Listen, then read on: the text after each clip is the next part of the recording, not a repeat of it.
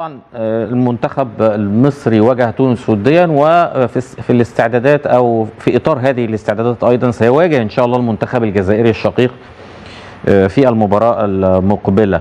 الجزائر واحدة من الدول اللي عندها منتخب اساسي كله محترفين ومنتخب محليين شفناه في البطولة العربية على اعلى مستوى، يعني ما تعرفش تفرق، يعني المنتخبين على اعلى مستوى. ده من التخطيط الجاد للكره الجزائريه. عندهم منتخب قوي جدا كلهم محترفين، يعني عندهم منتخبين يعتبر، يعني زائد المنتخب الاولمبي كمان، زائد المنتخب المحليين اللي هو وصل حتى نهائي البطوله الافريقيه الاخيره. هو خسرها على ملعبه ضد السنغال، ولكن هو وصل للنهائي بطوله افريقيا للمحليين. فعندهم سكواد عالي جدا وعندهم لعيبه مميزه جدا، ولكن الجزائر بتعتمد على اللعيبه المحترفه بشكل كبير، وما بتغفلش ان انا برضو عايز اجهز اللعيبه المحليه اللي موجوده عندي. صحيح. احنا ما بنعرفش نعمل كده من الضغط بتاعه المباريات والتاجيلات، فما فيش عندنا حاجه نقدر او اجنده ان احنا نقدر نعمل منتخب محلي. لا، وما عندناش محترفين. يعني في قاعده بيانات تقريبا للمحترفين مش موجوده عند اتحاد الكوره، موجوده في جهه اخرى للاسف الشديد. يعني ما عندهمش درايه مين بيلعب بره اصلا. في ناس كتير واخدين جنسيات متجنسين يعني، وعندهم استعداد يلعبوا باسم مصر، بس اتحاد الكره ما عندوش معلومات. في جهات اخرى عندها المعلومات دي وصحفيين عندهم المعلومات دي، لكن انت ما عندكش قوام منتخب كامل مكمل من المحترفين.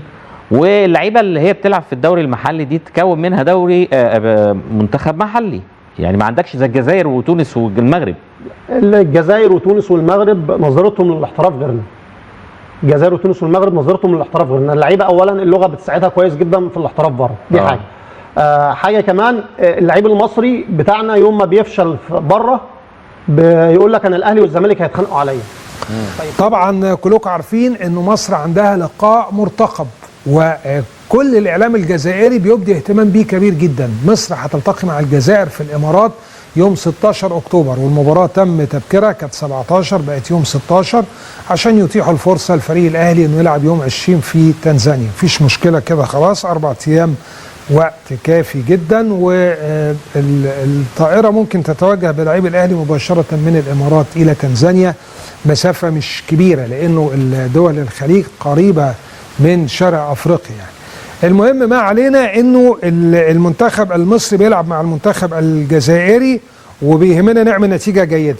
والمره دي، المره اللي فاتت ما كانش فيه اقبال جماهيري في ماتش تونس، المباراه القادمه هيبقى فيه اقبال جماهيري كبير ان شاء الله، لانه الجاليات المصريه والجمهور المصري في الخليج متعطش انه يتابع المنتخب المصري، فالملعب هيكون ممتلئ.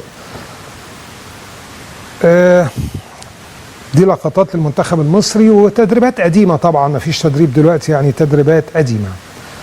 اكلمكم بقى على تيم الجزائر. تيم الجزائر الحقيقه جمال بالماضي عمل يعني تغيير كبير جدا في الفترة الأخيرة. ابتدى يدخل بعض العناصر صغيرة السن، ابتدى يدخل لاعب شفناه أبو عناني، ابتدى يدخل حسام عوار، ابتدى يوجد بديل لإسماعيل بن ناصر اللي كان تعرض للإصابة، لبعض العناصر اللي تقدم بها السن، ونجح في ده.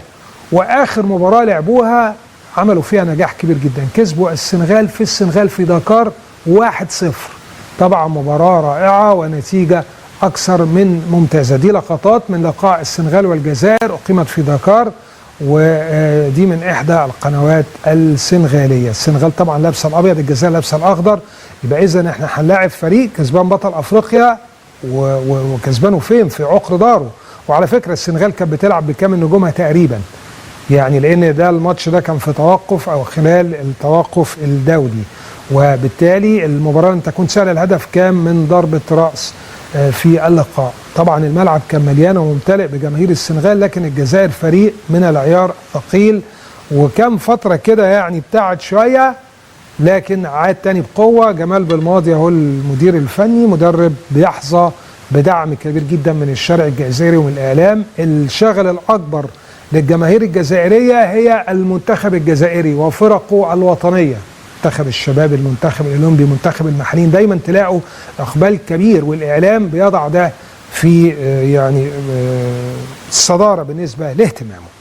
توفيق ان شاء الله لجميع المنتخبات. اللي على فكره المغرب هتقابل كوت ديفوار في الشهر القادم، تونس هتلعب في اليابان، يعني الكل بيستفيد بفتره توقف ويلعب ماتشات.